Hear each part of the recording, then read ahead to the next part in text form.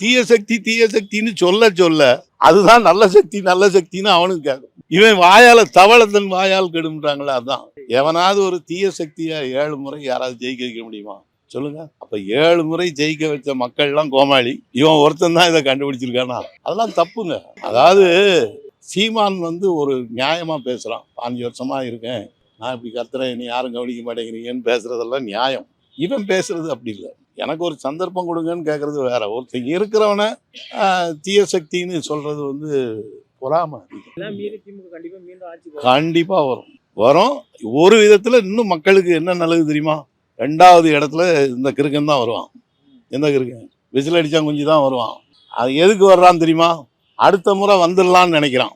அது வரக்கூடாதுங்கிறதுக்காகவே ஸ்டாலின் இந்த 5 வருஷத்தை விட ரொம்ப சூப்பரா ஆட்சி நடக்கும். இந்தியாவிலே நம்பர் 1 ஆட்சி ஸ்டாலின் ஆட்சி தான் இருக்கும் அடுத்த 5 வருஷம். அதை பார்த்ததுக்கு அப்புறம் எந்த பயிலும் அசைய முடியாது. பிரதமரும் அவர் சீட்டை விட்டு எந்திரிக்க மாட்டார். இதுக்கு மேல ஒன்றும் செய்ய முடியலன்னு. அதாவது தன் கையில கிடைக்கும் போது அதை நல்லா சரியா பயன்படுத்தும். அந்த மாதிரி ஒரு உழைப்பாளி தான் ஸ்டாலின். அதனாலதான் அவரை சும்மா வெறும் பேச்சாளி மட்டும் இல்ல, செயல் வீரர். இன்னைக்கு சென்னையை அழகுபடுத்துறதுக்கு இத்தனை மேம்பாலம் இருக்குது. இதெல்லாம் யார் பண்ணது? கலைஞர் பண்ணாருன்னு நினைக்கிறீங்களா?